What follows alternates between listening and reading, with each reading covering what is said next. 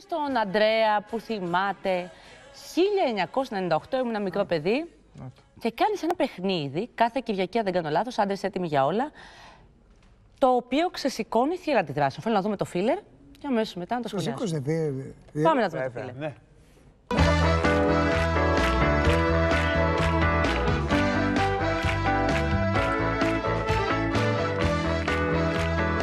Και τώρα υποδεχτείτε έναν Ανδρέα έτοιμο για όλα.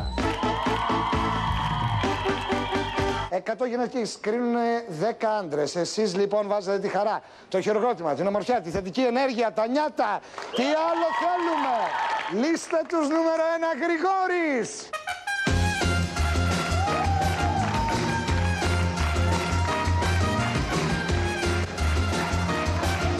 Νούμερο 2, Τάσος. Είμαι και εγώ εδώ να συναγωνιστώ μαζί με τους άλλους 9 υποψήφιους. Έτσι να κάνουμε και μια βουτιά στην πισίνα με την ευκαιρία.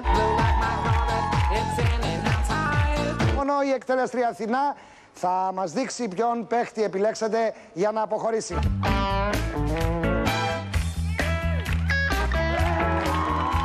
Νομίζω ότι ο άντρας που αποχώρησε θα σου τραγουδάει το «Ρε μελάχρινάκι, με πότισες φαρμάκι».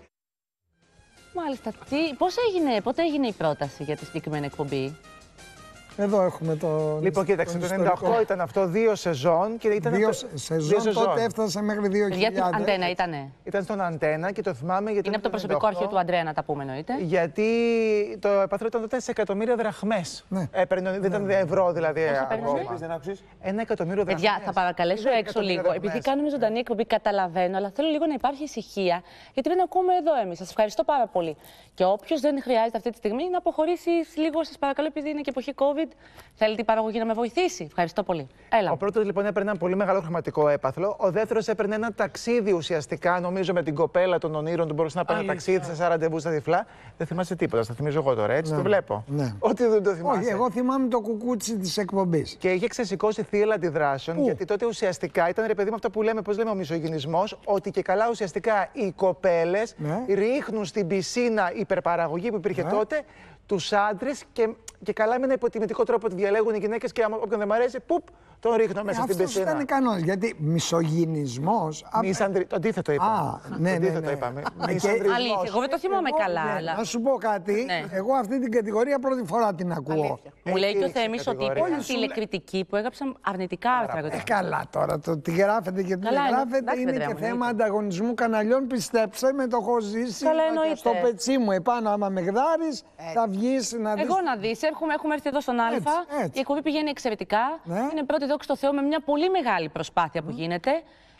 Σε μια ζώνη που δεν υπήρχε. Ο Α είναι πάρα πολύ ευχαριστημένος και οι άνθρωποι μας φέρνουν άψογα και υπάρχουν τηλεκριτικοί που συνεχίζουν και αποθεώνουν παρουσιάστρες άλλων πρωινών εκπομπών και γράφουν για μένα εντάξει, το προσπαθεί και κάτι κάνει. Ναι. Σε αυτή, λοιπόν, και κανείς λοιπόν δεν γράφει ότι η εκπομπή αυτή είναι πρώτη. Σε αυτή τη λογική λοιπόν η εκπομπή και πήγε καλά και ήταν μια ευχάριστη νότα και είχε πρωτότυπα στοιχεία και το να αποφασίζουν από κάτω 150 κορίτσια ότι από αυτές τις δεξιότητες συνομορφιά που έδειξαν οι άντρες προτιμάμε το ΧΙΠΣΙΖ, είναι μια ιδέα είναι. Δεν είναι ούτε μισανδρισμός, ούτε μισογυνισμός, ούτε τίποτα. Πάντως, είναι κανόνες παιχνιδιού. Το αγάπησες εσύ ή δεν είναι από τα καλύτερά σου? Γιατί νιώθω ότι δεν είναι το... Κατερίνα, θα σου πω το εξής. Ξεκίναγε περίπου η Μάζοξη 4, 5, 6 ξεκινάγαμε και τέλειωνε γιατί έπρεπε, ξέρεις, γινότανε σπαστά αναενότητα παίχτη που αυτό. Ναι, τέλειωνε 12, 12,5, ακόμα και 1. Αυτό το 6ωρο, 7ωρο ήταν από τα καλύτερα πάρτι που έχω ζήσει στη ζωή μου κάθε φορά που είχαμε γύρισμα. Δηλαδή, τέλειωνε η ενότητα, έτσι. Μετά, τραγούδι, χορός και τραγούδι. Θυμάμαι με τους φίλους μου να μαζευόμαστε, ήταν επιτυχία τότε και να λέμε «Μα πού θα πάω, πού σ' αγαπώ τόσο πολύ».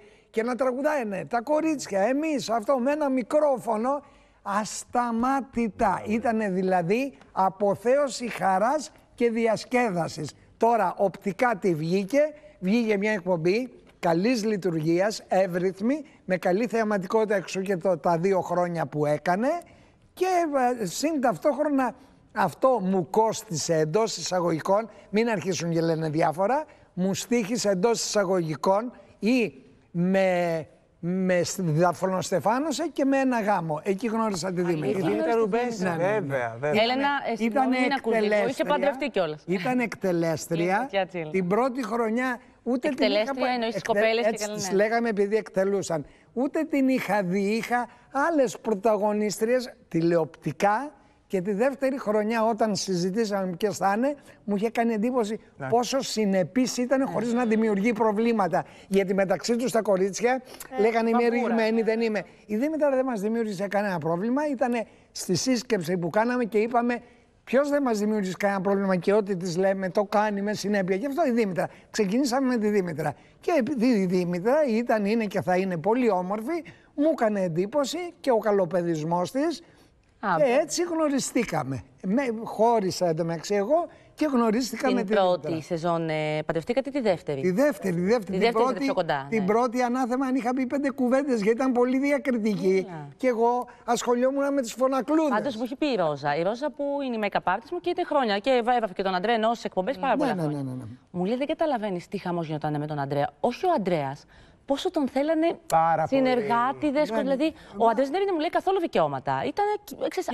Όχι, δικαιώματα εννοείς να με πέφτουλα στην όχι, δεν ήσουν. Καθόλου. Αλλά μου λέει τον φλερτάρανε οι γυναίκες. Και σε μια εποχή τότε που οι γυναίκες ήταν λίγο πιο. Διακριτικές. Μαζεμένες. Τώρα εγώ σε βλέπω έτσι, σαν μπαμπάς μου, κατάλαβες. Είναι διαφορετικά. Μια ιστορία για να δείτε πώς μπορεί να την πατήσει ένας όταν δεν φυλάει τα ρούχα του. Εγώ πάντα φύλαγα τα ρούχα μου, αλλά αν κάποια στιγμή μου άρεσε πάρα πολύ μια γυναίκα αυτό συνέβη στην τηλεόραση και τις 2 φορές που συνέβη είχα 2 γάμους. Δεν τζαλαβούταγα. Είναι μια θεά από κάτω, όταν σας λέω θεά. Και ήταν και σαν τη μήχαμε στο γάλα, ενώ όλες ήταν στα 20, 22, 23, είδα μια 30. Με ένα μαλλί θυμάμαι μέχρι τη μέση. Και πάει ένας συνεργάτης μου κάτι να της πει και για να κάνω πλάκα, ο Μαράντος που έφυγε, πάω τον τραβάω και λέω κοριτσάκι μου δεν έχεις γούστο, τι αφήνεις και σε αγκαλιάσει, αγκαλιάσε εμένα και με αγκαλιάζει. Και μετά μου στέλνει ένα χαρτί με ένα τηλέφωνο. Εν τω μεταξύ ήταν θεά. Την επόμενη μέρα. Μόνος σου εκείνη την περίοδο. Θεά. Μόνος σου, ελεύθερος. Ήμουν χωρισμένος, αλλά δεν ήταν εκεί το μυαλό μου. Ήταν όμως θεά. Και την είδα σου λέω, ήταν και η πιο μεγάλη μου, είχε κάνει εντύπωση και θεά. Και την παίρνω τηλέφωνο την άλλη μέρα, όχι για να βγω, να δω τι καπνοφουμάρι. Σου λέω 2 φορές αυτό που έκανα παντρεύτηκα. Αχ, το οκ, παιδιά, να το. Αυτή βρήκα τη φωτογραφία. Είναι το οκ που είχαμε κάνει μαζί. Το γράφω με τη Ρουμπέση. Το σπίτι σου στην Κηφισιά. Μπράβο. Το σπίτι σου στην Κηφισιά. Το θυμάμαι. Και είχα βγάλει και φωτογραφία και με γυαλιά επίσης. Ναι. Λοιπόν, και παίρνω τηλέφωνο και δεν απαντάει. Ξαναπαίρνω τηλέφωνο και της λέω, μου είχες πει να σε πάρω το μεσημέρι, γιατί έτσι έλεγε το σημείωμα. Μου λέει, δεν είχα τελειώσει από το σχολείο. Αλήθεια. Της λέω, πόσο είσαι? Μου λέει, έχω χάσει μία τάξη, το θυμάμαι σαν και τώρα. Είμαι 17, αλλά πάω στην τάξη του 16. Και εξαφανίστηκες. Και της λέω, πας καλά στο σχολείο? Όχι, δεν είμαι τύπος που παρκάρει άσχημα. Ναι, αυτό εκεί, πολύ χάρηκα που μου λέει να συναντηθούμε. Λέω, επειδή μου έχουν πέσει πολλές δουλειές, κάποια στιγμή θα σε πάρω να συναντηθούμε.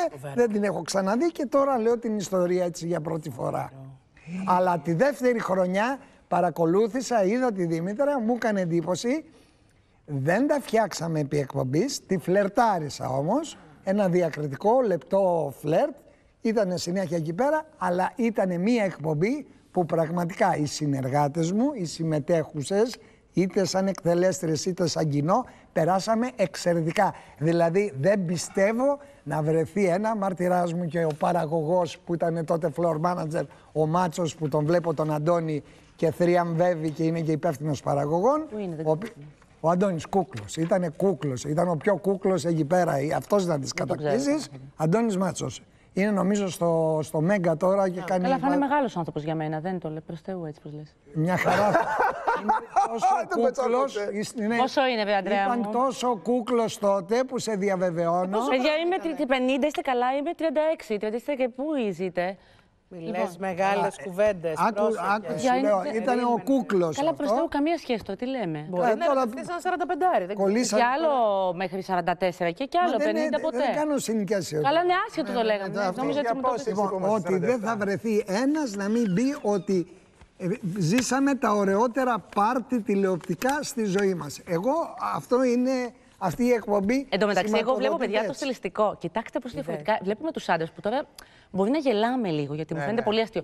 Το ψηλό μεσοπαντελόνι ως εδώ, η ζώνη που είναι ως εδώ, που φτάνει ψηλά εδώ. Ο Βλονίτης. Ναι, άλλωστε το είδες. Στενή μπλούζα, τα γυαλιά, τα περίεργα. Βέβαια, ο Αντρέας είχε πάντα συγκεκριμένο στυλ και όταν μετά πήγε να το κάνει πιο trendy, πάντα ήσουν με κοστούμι και φόραγες μέσα. Αλλά ίσως να μην είναι σκόπιμα να πρέπει. Μία χορεύτρια. Με την οποία, ας πούμε, εγώ είμαι άνθρωπος που, ξέρεις, επειδή είμαι πολύ οικείος, έρχονται και μου εξομολογούνται. Αρχίσαμε και κάναμε φιλίες, παρέα, τηλεφωνήματα, αυτό, τίποτα, δεν συναντηθήκαμε ποτέ. Δηλαδή δεν είχαμε ερωτική αυτό.